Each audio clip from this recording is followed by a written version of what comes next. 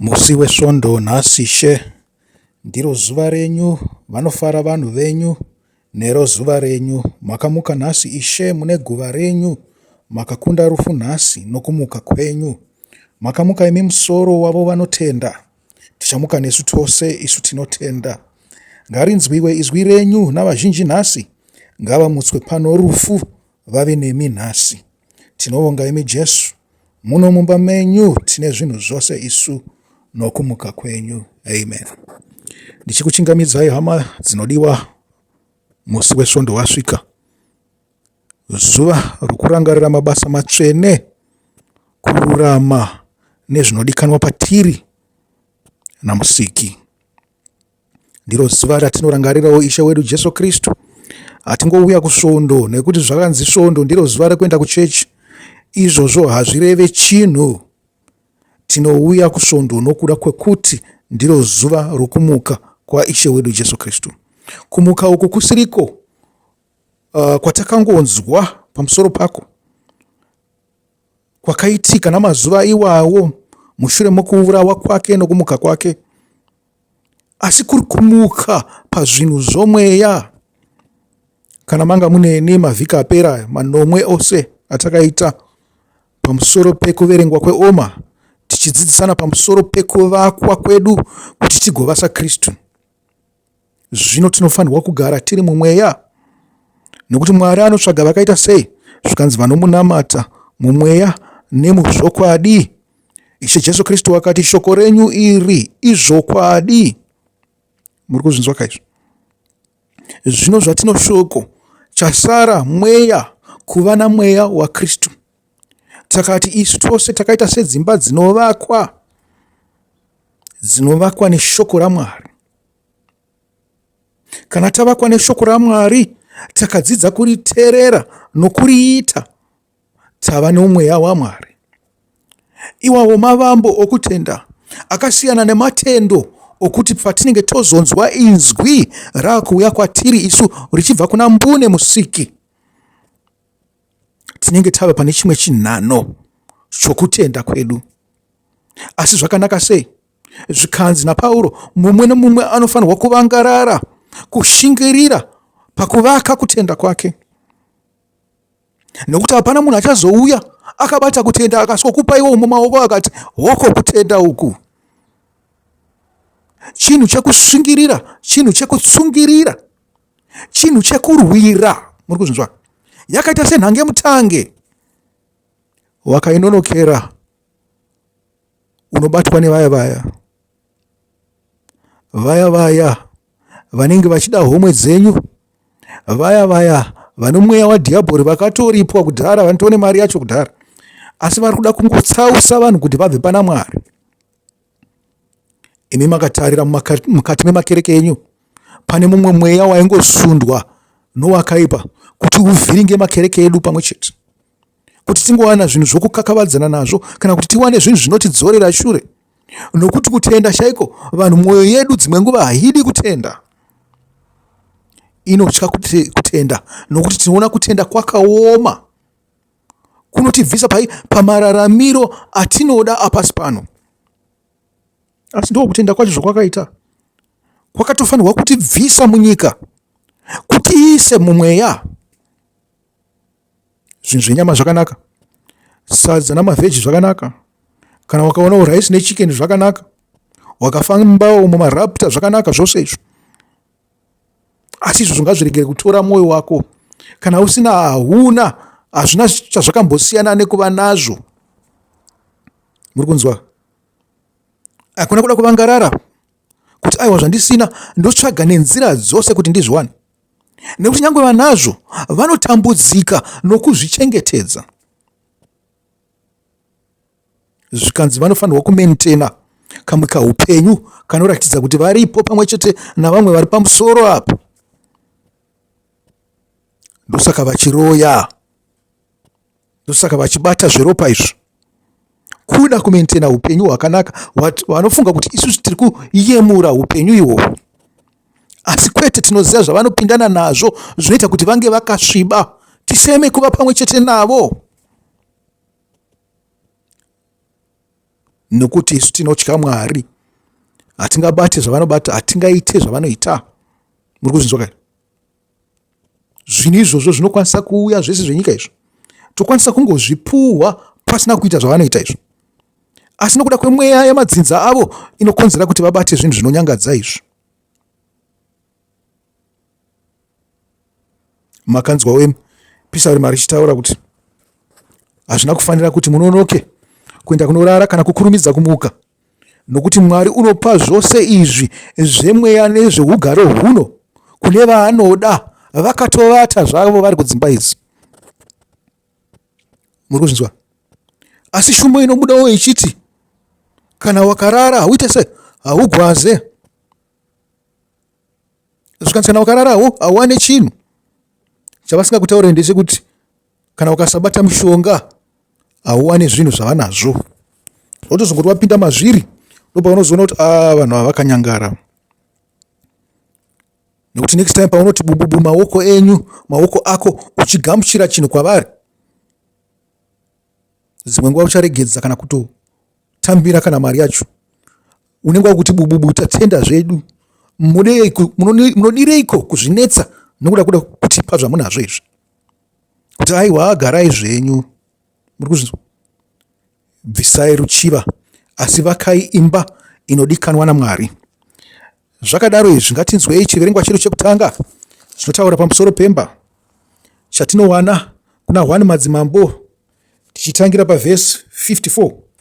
Zvikanzi zvino Soromoni wakati apedza kunyengetera kuna Jehovha munyengetero uyu wose nokukumbira uku, akasimuka pamberi peatari yaJehovha paakanga akafugama namabvi ake, maoko ake akatambanudzirwa kudenga.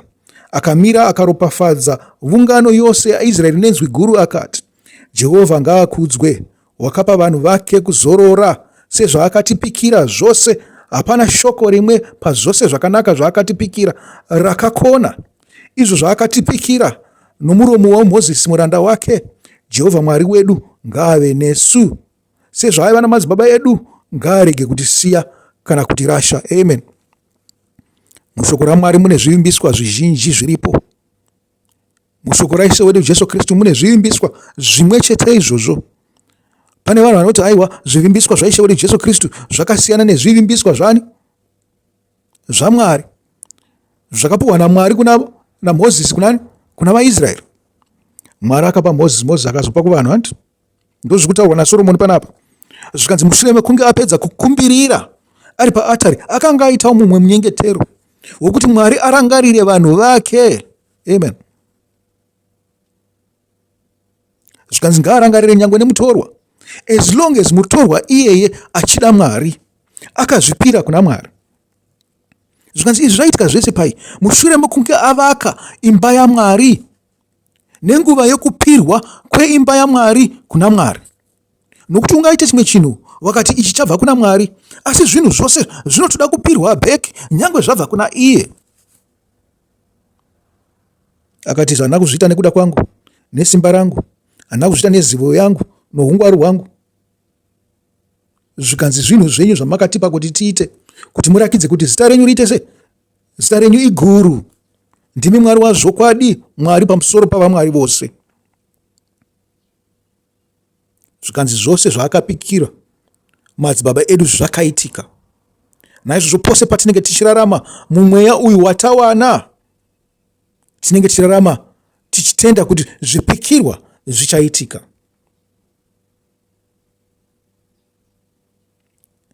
Jehovha Mwari wedu ngaave nesu. Verse 57.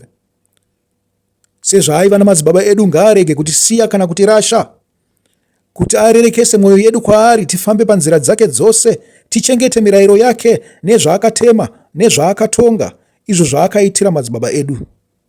Zvino mashoko awa andakumbira nawo pamberi paJehovha ngaagare pedyo naJehovha Mwari wedu masikati nousiku, aruramisire muranda wake navanhu vake vaIsraeri panodikanwa napo zuva rimwe nerimwe, kuti vanhu vose venyika vazive kuti Jehovha ndiye Mwari, hakuno mumwe.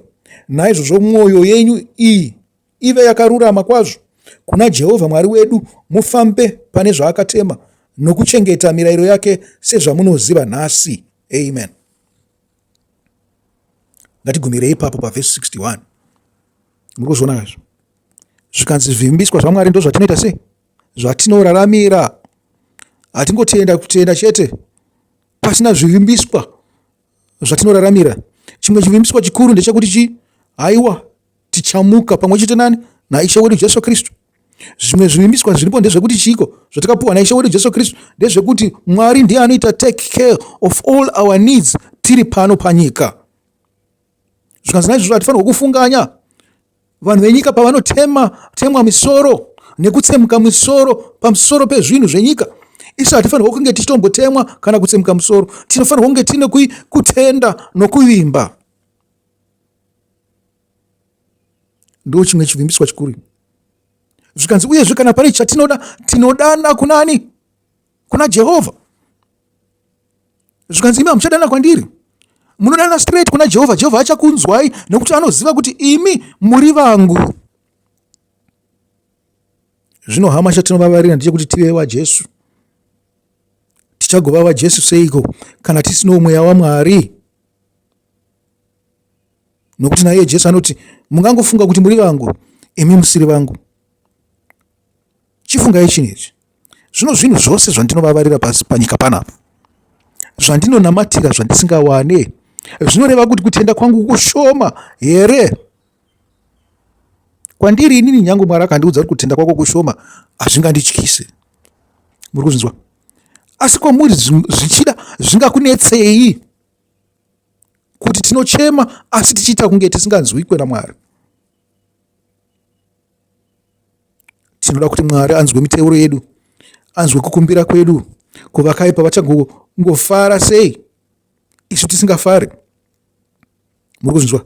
Ndinotoziva kuti vamwe venyu munoda izvozvo zvinhu zvina vakaipa. Ivo vanenge vatokubirai zvinhu izvi neuroyi hwavo. Muri kuzvinzwa? Zvinhu izvo zvavatonazvo ndezvenyu.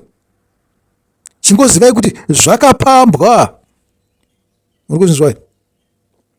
Zvakapambwa navana masimba vanoshandisa masimba emuchadenga, masimba atinorwisana nawo usiku namasikati.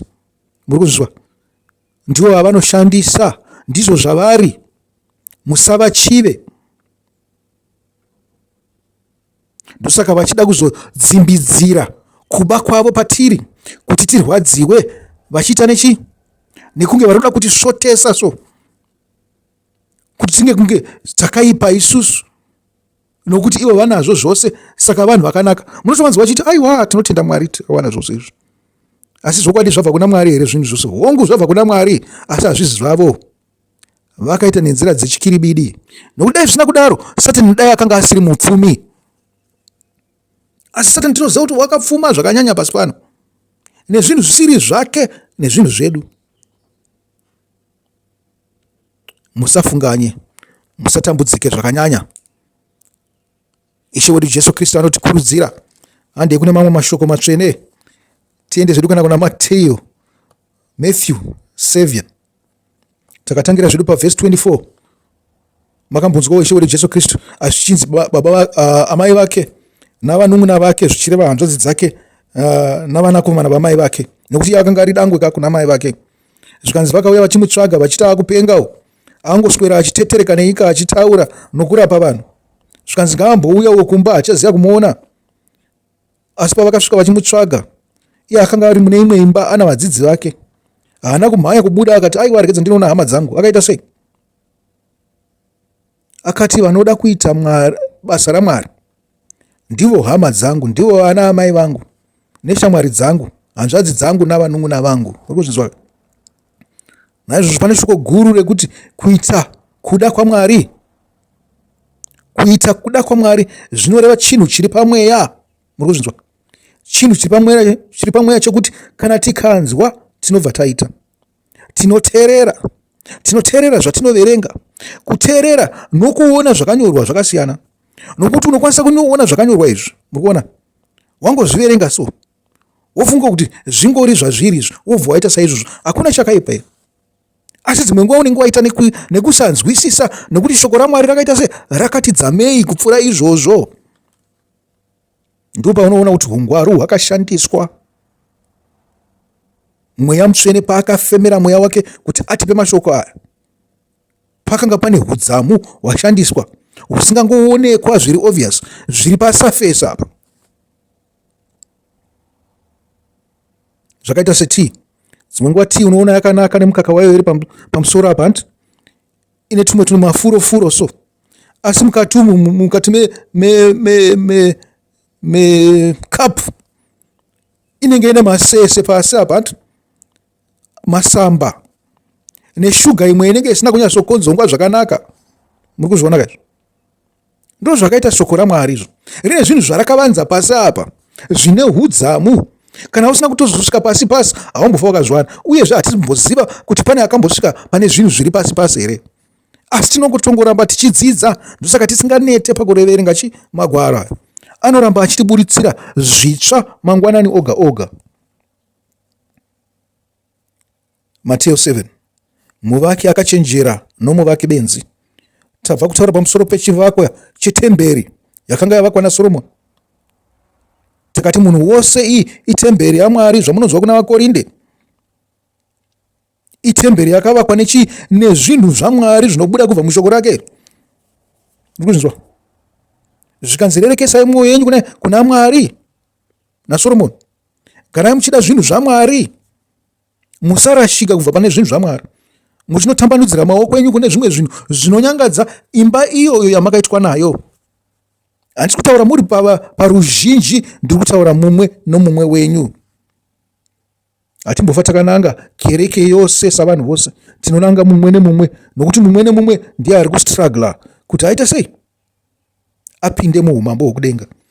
Hatimbopinda takabatana maoko so, nekuti netakabatana maoko nevanyengeri. Naizvozvo imba imwe neimwe inovakwa neshungu dzako dzekuda Mwari. Matthew 7 verse 24. Zvikanzi naizvozvo munhu anonzwa mashoko angu aya uye akaaita akafanana nemurume akachenjera uyo akavaka imba yake paruware. Mvura yakanaya, nzizi dzikazara, uye dutu remhepo rakauya rikarova imba iya, asi haina kuputsika nokuti hwaro hwayo hwaiva paruware. Amen. Amadiwa, pane mamwe maChristians anostrugula, anotambura, ari pakumanikidzwa misi yose. Asi makamboona achiwa here? Anopomerwa nokukandirwa mutorongo nokukwekweredzwa navanhu, kuswera vachitukwa, vachizvidzwa, vachiitirwa zvose zvakaipa. Nekuti zvinhu zvose izvi tinoziva kuti zvakagara zvirimo mushoko raMwari, zvichavapo nekusingaperi. Naizvozvo nekuda kwokuti ivo vanoziva shoko raMwari, havangasundirwe, havangawe, hapana chinoitika kwavari. Vanongoroyiwawo sekuroyiwa kwamunoitwawo imimi. Vanotukwawo, vanozvidzwawo, vanosemwawo, vanotsaurwawo, zvimwe chete zvine zvamunongoitwa izvo. Asivo vanoziva kuti takavakira pai? Padombo. Zvimwe zvinhu zvose izvo hazvina basa izvo. Vanhu vanongozvikudzawo nohubenzi hwavo. Vanongoitawo zvinhu zvekuzvikudza nezvinhu zvavanazvo nohubenzi hwavo. Dai vaiziva kuti zvinhu izvo hazvisi zvavo, nyange vakaita matutu akazara mukati medzimba dzavo emari, vachishaya pekuti vorara pai, nekuti mari akazara mumawardrobe, pamubhedha napasi pemubhedha. Vanotorara vakamira nekuti hapana nzvimbo yekurara mukati medzimba dzavo nokuzara kwemari. Asi mari iyoyo haizi yavo. Ndosaka vakaiunganidza zvakadaro, nekuti vakaiba. Zvikanzi asi munhu wose anonzwa mashoko angu aya akasaita, akafanana nomurume benzi akavakira imba yake mujecha.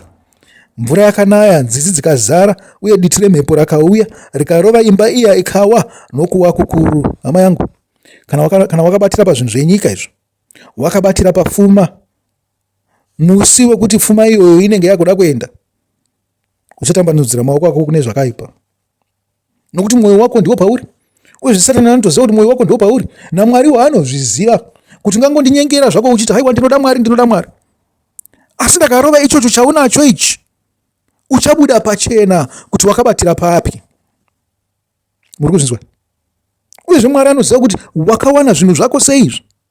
Naizvozvo kana achiziva kuti wakazviwana sei, hapana paachakambokuchalenja pamusoro pezvinhu izvozvo.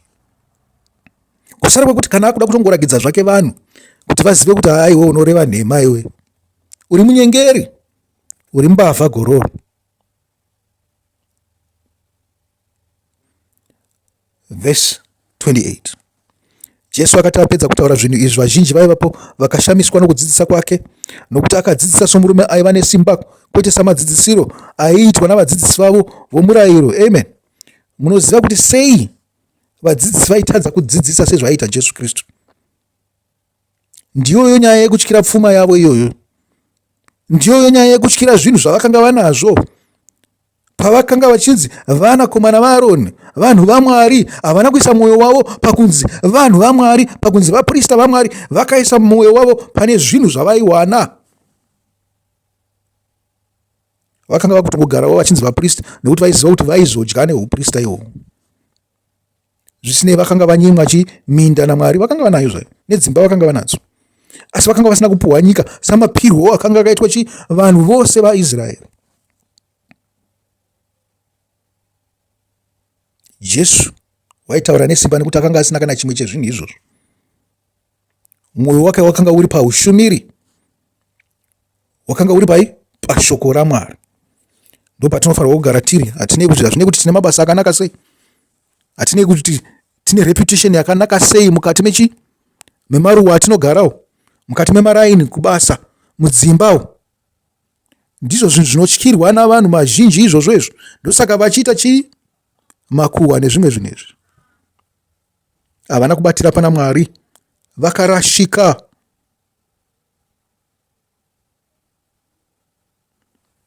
Hatiende pachiverengwa chekupedzisira chatinowana pana Mika 6.